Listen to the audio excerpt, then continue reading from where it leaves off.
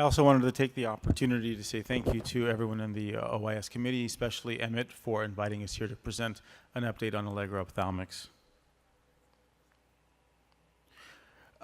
What does Allegro offer with this Luminate program? This is a first-in-class anti-integrin drug, the first time an integrin peptide is coming into ophthalmology and into the back of the eye. It has unique mechanisms of action for both anti-angiogenesis as well as vitreolysis.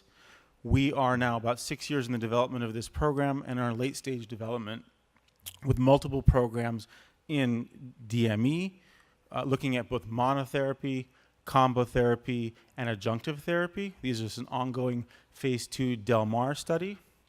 We also have Phase II studies in PVD and non-proliferative diabetic retinopathies, looking at the vitreolysis aspects of the drug. You may also remember about 9 months ago, we had top-line data on vitreomacular traction in Phase II.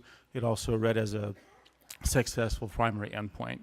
At this point in time, we have about 400 human eyes treated with about 1,000 human intravitreal injections with a very clean safety profile.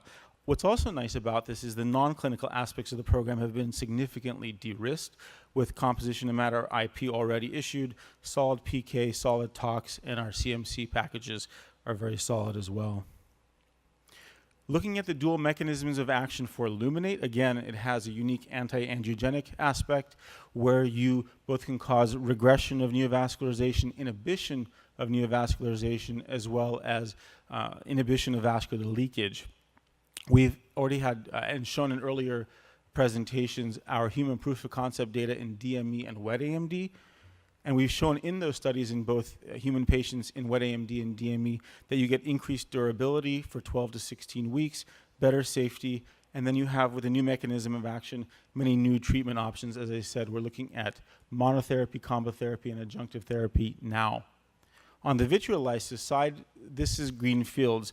We've been looking at posterior vitreous detachment as well as VMT.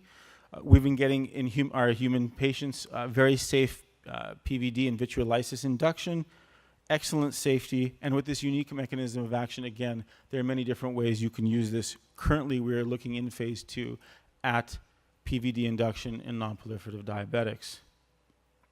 Getting into our multiple Phase II programs that are underway currently, our Delmar study has two parts to it. Stage 1 is looking at, again, dose ranging and safety first with monotherapy and durability.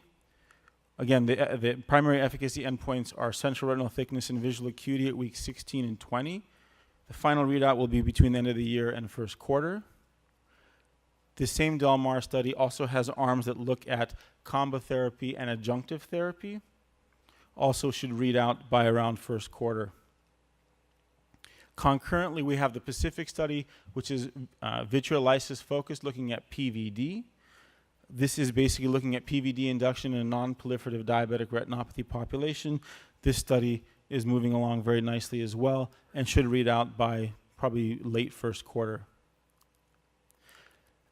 Again, what do we have here? We have a first-in-class anti-integrin peptide for retinal vascular diseases with anti-angiogenesis and vitreolysis that work independently of each other.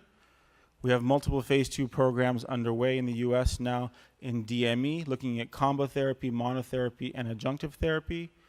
We have shown robust vitreolysis in the past, and again, we hope to show that in our PVD study in a non-proliferative diabetics, we can also induce PVD as well. All of these studies should read out in the next 6 to 9 months, depending on the study. Thank you.